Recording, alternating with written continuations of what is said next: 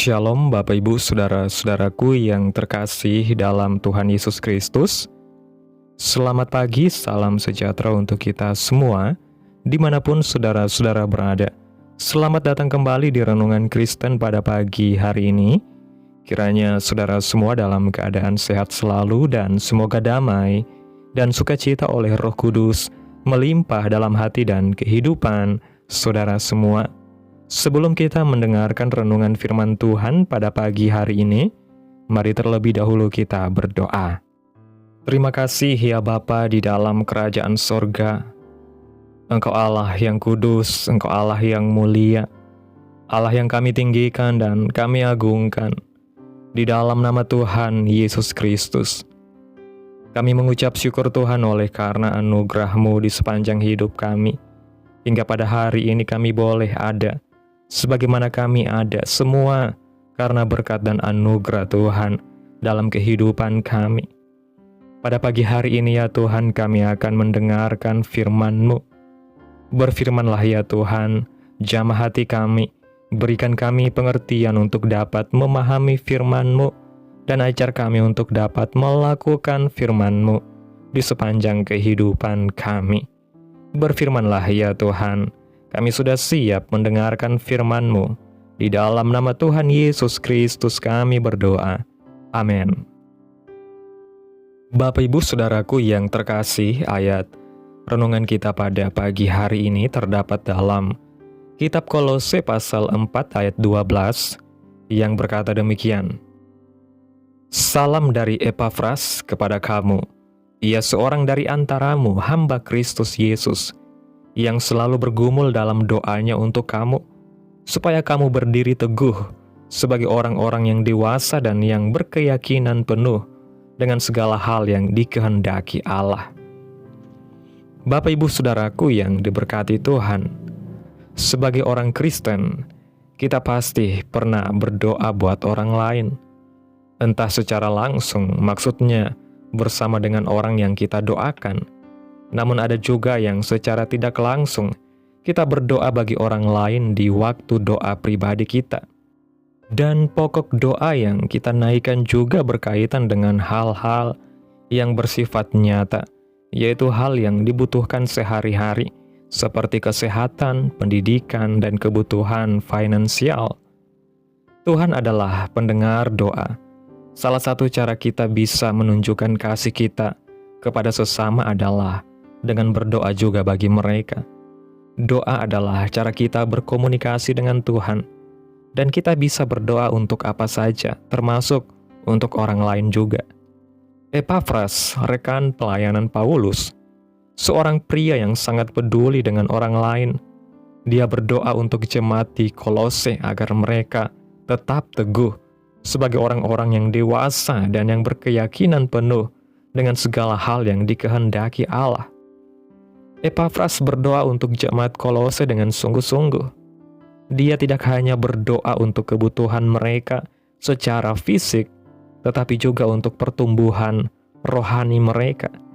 Dia berdoa agar mereka menjadi orang-orang yang dewasa di dalam iman dan memiliki keyakinan yang kuat kepada Tuhan Yesus. Kita bisa belajar dari Epafras bagaimana cara berdoa bagi sesama. Kita bisa berdoa untuk kebutuhan mereka secara fisik, seperti kesehatan, pekerjaan, dan keluarga. Kita juga bisa berdoa untuk pertumbuhan rohani mereka, agar mereka menjadi orang-orang yang lebih dekat dengan Tuhan. Bapak Ibu Saudaraku yang terkasih, kedewasaan rohani seseorang memang menentukan isi doa yang dinaikkan. Itulah sebabnya Rasul Paulus sering berdoa untuk hal yang tak nyata dan sulit dimengerti.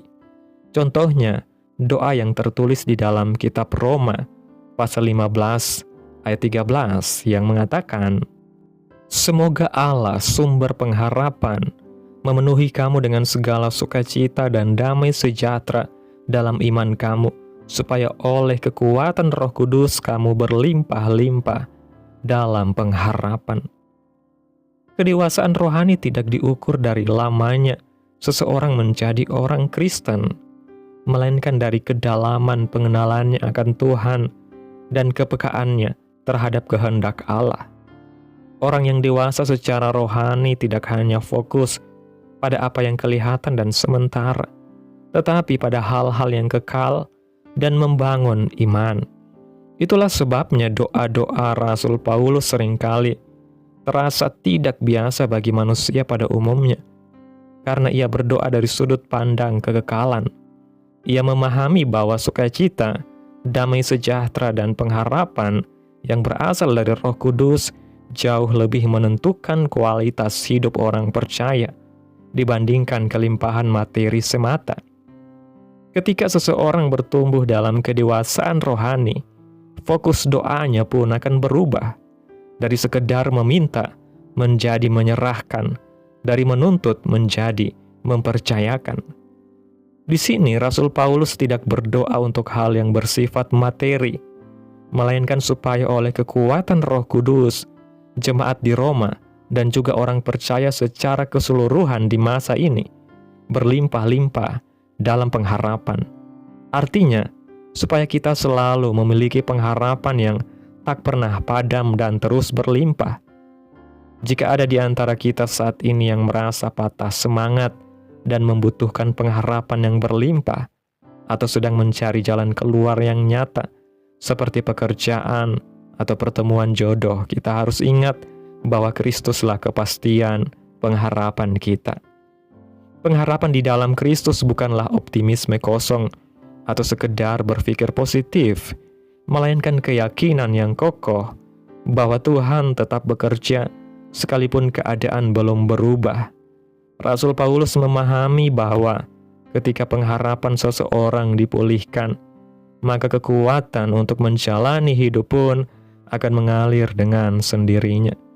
Orang yang memiliki pengharapan di dalam Kristus tidak mudah putus asa, tidak mudah menyerah, dan tidak mudah kehilangan arah. Bahkan di tengah penantian yang panjang, ia tetap berdiri teguh karena tahu kepada siapa ia berharap. Oleh sebab itu, doa yang memohon agar seseorang berlimpah-limpah dalam pengharapan sesungguhnya adalah doa yang sangat mendasar dan sangat menentukan perjalanan iman seseorang. Kemudian jika kita sudah memiliki semangat yang berlimpah, apalagi yang kita butuhkan untuk menjalani kehidupan ini? Untuk jemaat yang ada di Efesus, Rasul Paulus berdoa di dalam Efesus 1 ayat 16-18 demikian.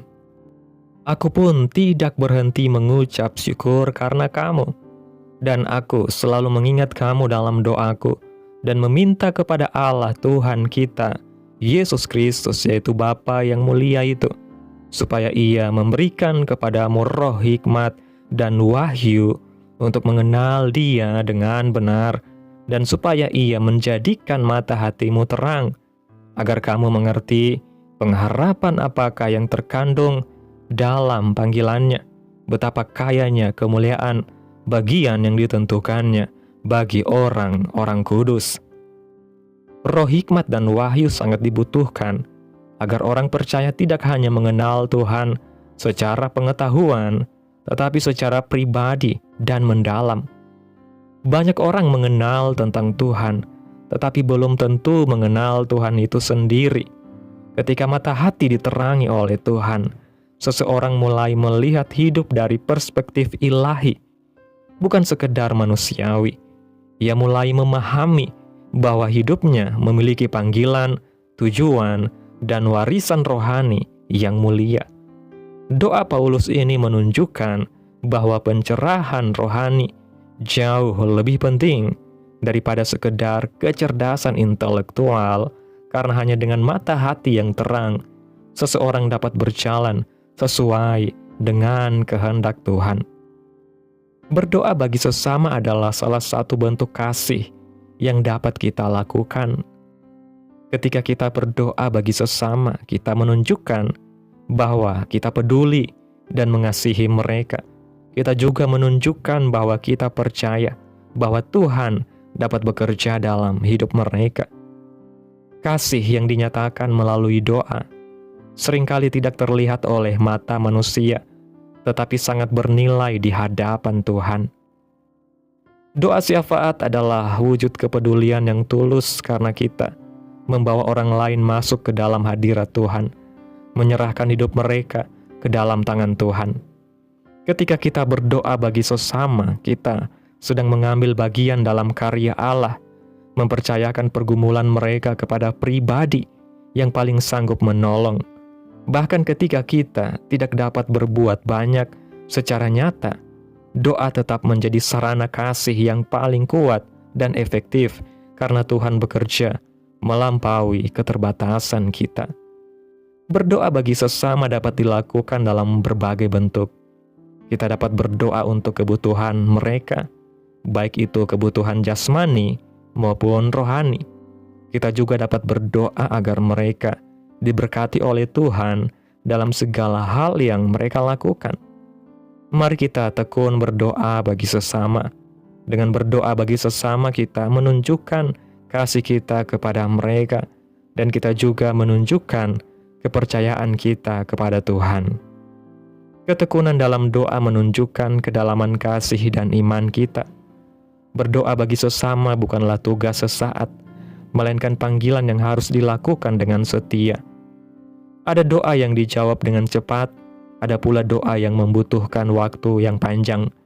Namun dalam setiap proses doa, Tuhan sedang bekerja, baik di dalam hidup orang yang didoakan, maupun di dalam hati orang yang berdoa. Ketika kita tekun berdoa, iman kita dikuatkan, kesabaran kita dilatih, dan kasih kita dimurnikan. Doa bukan hanya mengubah keadaan, tetapi juga mengubah kita menjadi serupa dengan hati Kristus. Bapak Ibu Saudaraku yang diberkati Tuhan, mari kita berdoa untuk sesama kita, untuk suami kita, untuk istri kita, untuk anak-anak kita, keluarga kita, masyarakat di sekitar kita, pemerintah kita. Biarlah kita berdoa untuk mereka agar mereka selalu dijamah oleh Tuhan dan diberkati oleh Tuhan, baik dalam hal jasmani maupun rohani, sehingga hidup mereka boleh diselamatkan oleh Tuhan. Kita melihat betapa berbeda sekali apa yang Rasul Paulus dan Epafras ajarkan dan doakan dengan praktek doa kita selama ini. Marilah kita berdoa bagi saudara-saudara seiman kita, hal-hal yang esensial dan hakiki, yaitu berdoa agar seluruh orang percaya mengenal Tuhan dengan benar, dan juga agar mata hati setiap kita menjadi terang, sehingga mereka mengerti kemuliaan yang telah ditentukan Tuhan bagi orang-orang kudus. Ajakan ini menantang kita untuk mengevaluasi kembali isi dan arah doa-doa kita. Bukan berarti kebutuhan jasmani tidak penting, tetapi firman Tuhan mengajarkan bahwa hal-hal rohani harus menjadi pondasi utama. Ketika seseorang mengenal Tuhan dengan benar, memiliki mata hati yang terang, dan memahami kemuliaan yang disediakan Allah, maka ia akan mampu menghadapi segala keadaan hidup dengan iman yang teguh.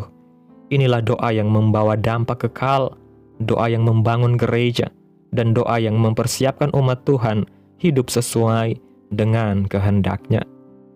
Bapak Ibu Saudaraku yang diberkati Tuhan, melalui renungan kita pada pagi hari ini, kita melihat melalui teladan Epafras dan doa-doa Rasul Paulus, kita belajar bahwa doa syafaat yang sejati bukan hanya berfokus pada kebutuhan yang kelihatan, tetapi terutama pada pertumbuhan rohani dan kedewasaan iman. Doa yang esensial adalah doa yang membawa orang percaya semakin mengenal Tuhan, memiliki pengharapan yang teguh, dan hidup sesuai dengan kehendak Allah. Marilah kita mengubah cara berdoa kita. Kita bukan hanya berdoa untuk diri kita sendiri saja, tetapi kita juga berdoa bagi orang-orang lain sesuai dengan kehendak Tuhan, sehingga hidup orang-orang percaya sungguh-sungguh dibangun, sehingga nama Tuhan semakin dimuliakan di seluruh bumi ini. Amin. Tuhan Yesus memberkati. Demikianlah renungan firman Tuhan pada pagi hari ini. Biarlah menjadi berkat bagi kita semua dan dapat kita lakukan dalam setiap kehidupan kita. Pada pagi hari ini, sebelum kita memulai segala aktivitas kita di hari ini, mari kita berdoa. Terima kasih ya Bapa yang ajaib dan kekal, Allah yang kudus dan penuh kasih sayang. Bapa, di dalam nama Tuhan Yesus Kristus, kami bersyukur ya Tuhan atas pertolongan-Mu dan penyertaan-Mu, serta atas berkat-Mu dalam kehidupan kami. Kami sungguh berbahagia dan sangat bersyukur atas kebaikan Tuhan dalam hidup kami. Tak berkesudahan kasih setia-Mu Tuhan, dan tak habis-habisnya rahmat-Mu, selalu baru tiap pagi. Besar kesetiaan-Mu Tuhan dalam hidup kami. Terima kasih Tuhan buat firman-Mu yang sudah kami dengarkan pada pagi hari ini. Kami mengucap syukur atas firman-Mu yang mengajar dan menegur kami hari ini.